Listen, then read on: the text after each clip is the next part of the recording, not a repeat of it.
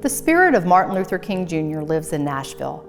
It lives in our history as a battleground for civil rights. It lives in the contributions of Nashville college students who went on to become civil rights pioneers themselves.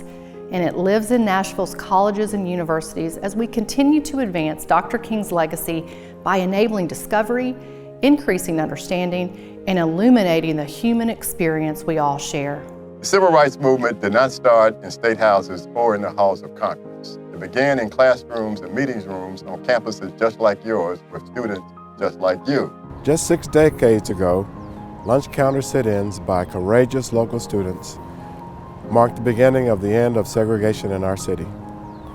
These prompted a visit by Dr. King, who said he came to Nashville to gain inspiration, not to bring it. And indeed, a remarkable number of those students went on to become inspiring heroes themselves, including James Lawson, whose church basement trainings on nonviolent action laid the groundwork for the sit-ins and other pivotal protests.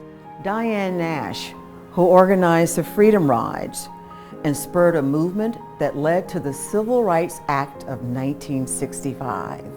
Kelly Miller Smith, head of the Nashville NAACP and founder of the Nashville Christian Leadership Council. And John Lewis, who gave a fierce speech at the March on Washington and was bloodied crossing the Edmund Pettus Bridge and served 33 years as America's conscience in Congress. Today, Nashville's history of advancing civil rights is still being written, and the city's rich mix of colleges and universities plays a vital role. On our campuses, people of diverse backgrounds come together to connect through all that we have in common, learn from our differences, and vigorously examine the ideas and innovations that form the foundation for the future. The spirit of Dr. King lives in Nashville. It lives in today's Joint Day of Service, and it lives in all of you.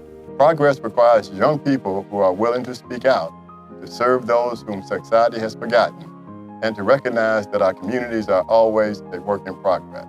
Today we show the world that Dr. King's words still speak to us. His work continues, and his legacy is a living thing that finds its shape in our hearts and, most important, our actions. This day is more essential than ever.